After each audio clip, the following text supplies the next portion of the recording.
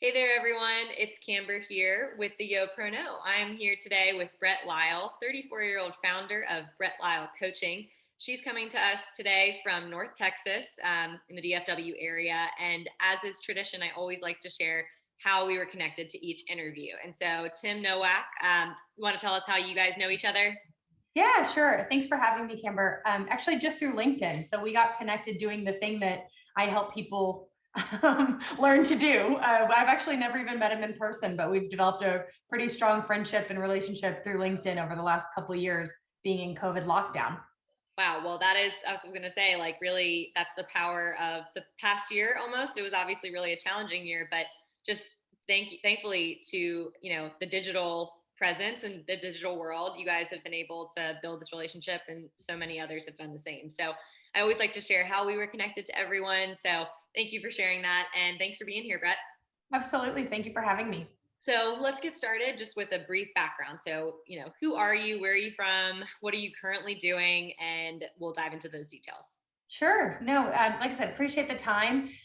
Really love talking about what I do because I do a lot. It's, I think, a great opportunity to talk about all the different pieces. I have a full-time job. My full-time job is a national accounts director for a telecommunication healthcare logistics platform, which is just connecting people and helping people communicate to better healthcare initiatives, clinical outcomes, and things of that nature. I also have, as we talked about, Brett Lyle Coaching, which is really career coaching. And then I'm affiliate of a handful of other programs that I love and support and am supported by. So that's kind of where I am. I started my career in healthcare, so I've always stayed in the healthcare realm. First off, straight out of college, so I went to Texas A&M in College Station, Texas. Giga Whoop. So I went to A&M's communication major and an English minor, and frankly got my degree because I knew it was one of the only things that was going to cross industries. It was going to cross roles. It was going to cross job functions and titles. And so I got my degree in communication with an English minor so that it was always applicable. So the thing that you mentioned, I'm 34, which if you do the math backwards, I graduated college in 2009. Great timing.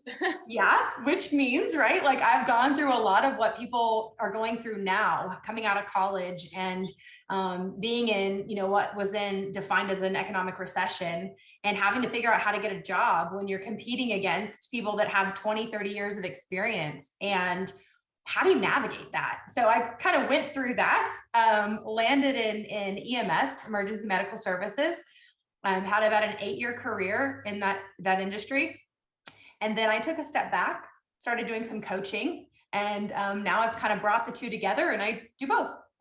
Awesome. Thank you for that really kind of perfectly concise overview. I feel like you just kind of walked us through the last several years. So let's start with your healthcare world and then we'll jump into the coaching world. And then I want to hear, how you've combined the two. But for somebody who's listening or watching this interview, what are a few things that you would like to share about your field and maybe something that people don't know? Sure. Oh, there's so much. There's so much. What I love, we talked about kind of silver linings of COVID and the lockdowns and shutdowns and all the things that have come of 2020, now bleeding into 21, are kind of the general population's awareness of healthcare. So being in this industry for the last 10 years, I talk to people about my career all the time because I love what I do. And the first thing I've realized is people don't know the basics about the 911 system that serves them. A lot of times, they kind of understand law enforcement fairly well. They know it's publicly subsidized, it's taxpayer dollars. They don't understand EMS. So depending on which city you're in, sometimes county, region, state, country, your healthcare system and what is provided to you is different.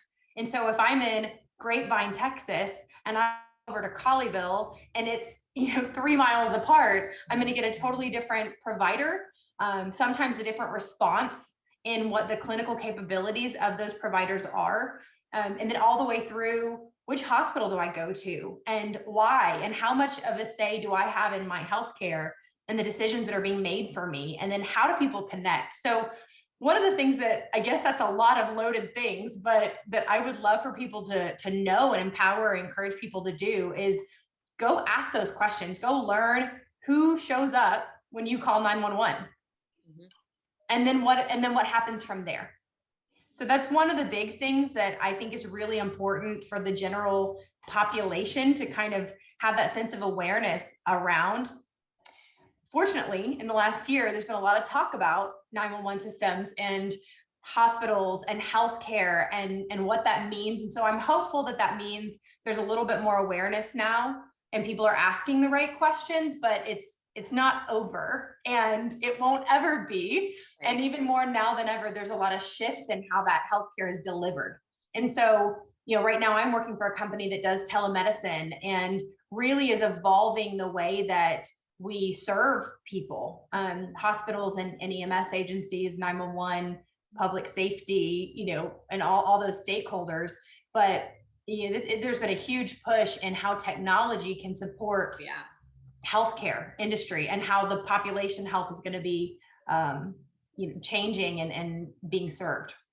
Absolutely. It's funny. I try to, do a lot of my interviews on similar days. That's, that way it's not like I'm just doing one here on a Monday and kind of scattering it throughout the day. And somebody that I interviewed early this morning, he is a research fellow. He got his PhD in biology and he is working at a hospital in Boston right now. His story will be very shortly after yours.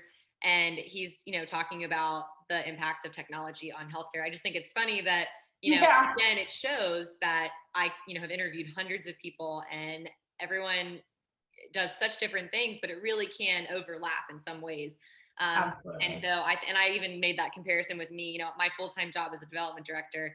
And I told him that, I write grants too, because he said that was the one surprising thing about his field and academia and health, that you have to ask for money a lot. And I was like, I can do that. I can't do what you do.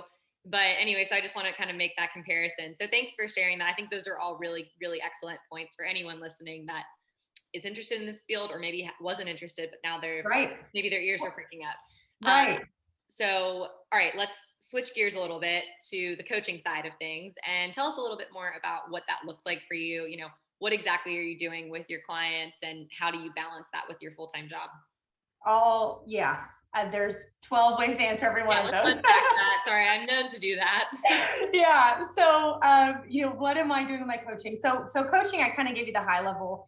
It really kind of founded because it was a need. I've been, frankly, since high school, the person who people go to and send their college, I don't know how many other people's college essays I read in high school, people that I've helped and supported and mentored along the way, where I've always helped people with kind of those technical writing things, because that's the way my brain functions. I'm not a researcher or a grant writer. I'm, been in sales since I was 15 and so I'm very big picture. And so it's what I'm really passionate about is helping people kind of tell their stories.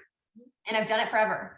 And so I did it through college. I did it for myself, graduated in 2009, I told you, and had to get really good at telling my story and being in a compelling way that make people want to help you. Because I was having to send emails. I'll tell you a story, Kimber. I was went to Texas A&M and we're really known and proud of our network.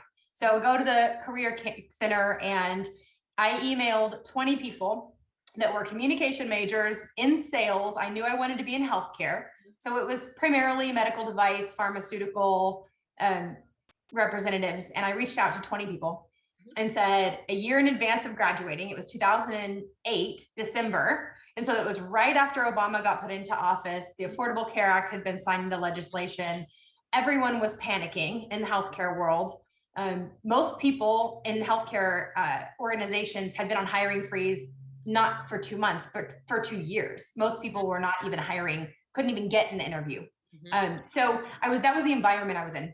So I sent this email to 20 people, got 15 responses, which I thought was pretty awesome. Great statistics. Yeah. Yes. And I can't make this up. All but one of them were like, if I have a job next month, I'm happy to help. How scary that was to get those responses. from people that were in the world that I wanted to be in, that I was so excited about. I was just graduating college, had all my student loans impending in the next 6 months. And I'm like, when I graduated and trying to figure out what my plan was and how scary that was. And that level of vulnerability, knowing that I had just invested 4 years of my life, plus, the 4 years of high school leading up, right, getting involved in organizations to make myself competitive, doing all these things that were the things that I should do. And it was what everyone had told me would make me successful. And I followed that path. And here I was going, I've done all the things that you told me to do. And what if it doesn't work? Yeah. It was so scary. And so having to go from graduating college and kind of knowing what life lined you up and told you should do to, I got my job, all was well. I worked for a couple different agencies. I was in the industry for 8 years. And then had, something happen in my career, and overnight I lost my 6-figure job. And I'm very proud to say I was 30 years old, have a 6-figure job. I'd worked 8 years in the industry. I'd managed people. I'd done new market startup. I'd done a lot of stuff, and I'd checked a lot of boxes. And overnight I had to figure out what I wanted to do next. And I had a non-compete for a year. So round 2 of scary career experiences. And so what did I have to do? I had to muster it up and figure it out and figure out how to tell that story and how to tell it in a compelling way and all these same kind of themes. And so I have been through so many interview processes. I have had so many different conversations, and I've really gotten really good at that, just storytelling in a way, and figuring out what the ask is and how to ask it and who's the right person to ask that to that's going to help you get to where you're going. And so I've done a ton of that. I'm fortunate to be where I am. I love my job, and my full-time career is incredible, and we're doing powerful things in the industry.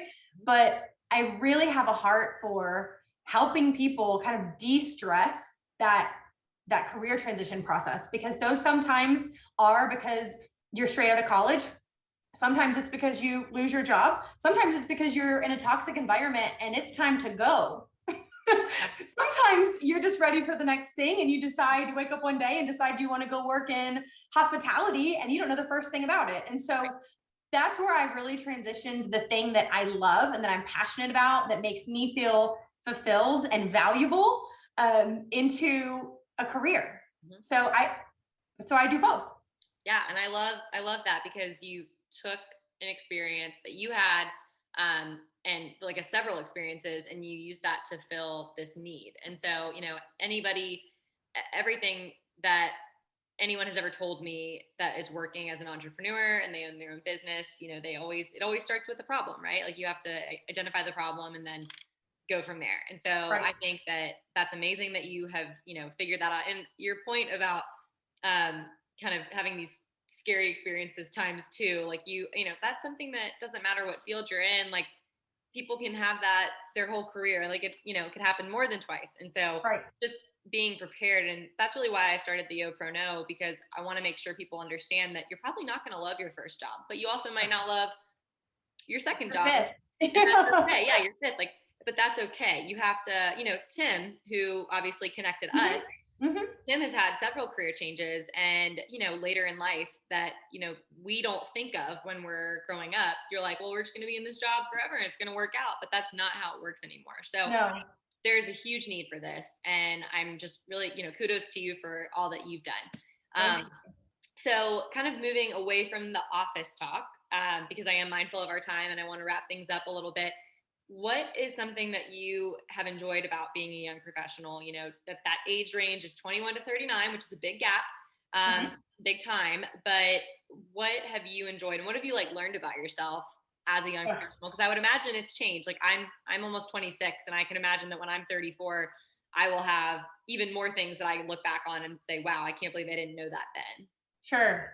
No, what haven't I learned? I think when you think about yourself straight out of college, and that energy and that excitement, and I hope that people coming out of college right now, and people early in their career, even if they didn't go to college, that are starting in their young professional path, are excited.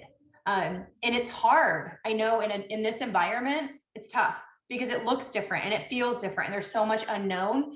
To me, that evolution of personal development has been learning how to embrace the unknown and be excited about it. So changing my mindset from fear, which is so prevalent right now. So many people are running around just afraid. I'm never going to get a job.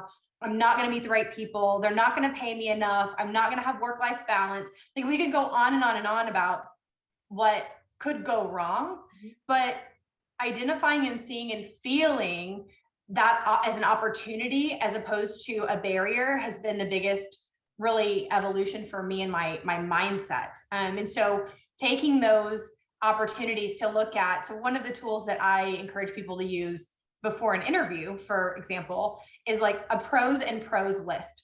So instead of a pros and cons list, you're running through the mental exercise. Sometimes those pros and cons are really, really heavily weighted in one side, right? I get this job and now I have this salary and this title and this experience and I get to move to this new city and I get to start all these fun things. And this is really, really great. That's easy.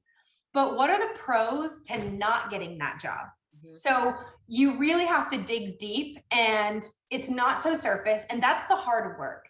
So encouraging people to do the work, do the personal development work, even in that professional development environment. So when you're going through those exercises that you can identify, hey, if I don't get this role or whatever that looks like, there's still these 3 really great things I got out of it. I have interview experience with a chief executive officer. I've never done that before. I can better answer the what do I want out of my career question.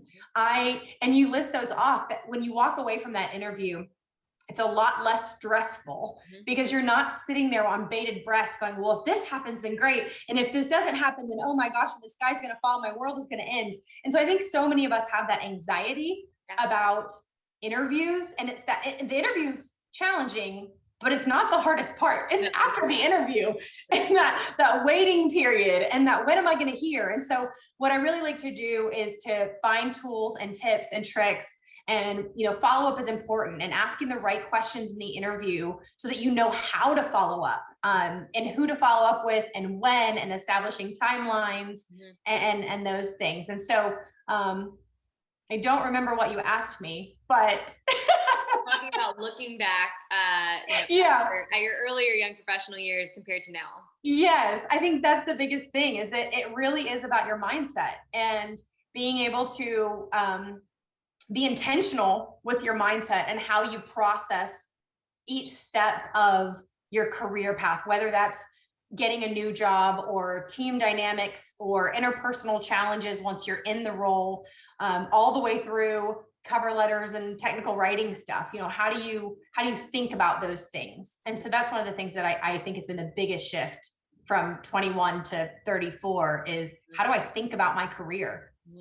Yeah, I think those are all amazing points, and I can't wait to look back at this one day. And when I know we're not that far in age, but when I can only imagine what I'm going to know then, because I look back at the 4 years since I've graduated from college, and it's incredible all the stuff that I've learned. And I look back at a lot of the mistakes I've made, and I don't really dread looking back at those, because I'm like, there are mistakes that got me here, and you have to learn from them in order to grow anyways. So thanks for kind of looking backwards. I appreciate that, because I always like to look forward, but it is helpful to our audience to hear what you wish you would have known.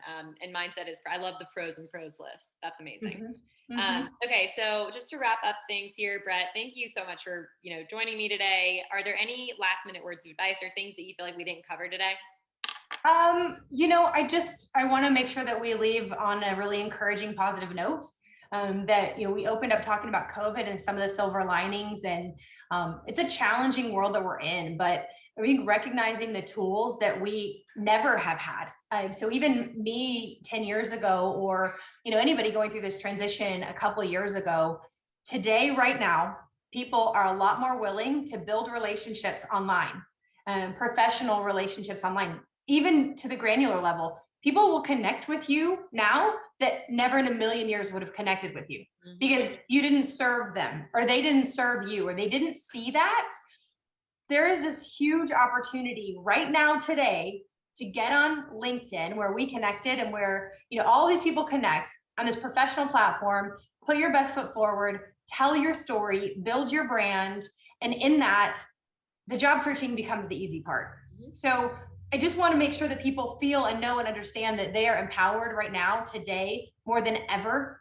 We have information at our fingertips. We've got people at our fingertips, and all the tools to really be really successful in our careers, no matter what that looks like, whether that's an entrepreneurial venture like your platform, or my coaching, or that full-time job that gives you the financial stability, or building those creative partnerships and collaborating with other people that are like-minded. Absolutely. I think that is a great way to end the interview today. So thanks so much for sharing your time and your wisdom with us. I really appreciate it, Brett. And I feel like I know you. It's like one of those, that's how I feel after every one of these interviews. I'm always like, I feel like we're, you know, and it's one thing that we always stay connected. Like I really, and that is the power, like we are empowered right now to do that. And right. so take advantage of that, people who are listening. But thanks so much for being here today, Brett. Absolutely. Thank you, Kimber.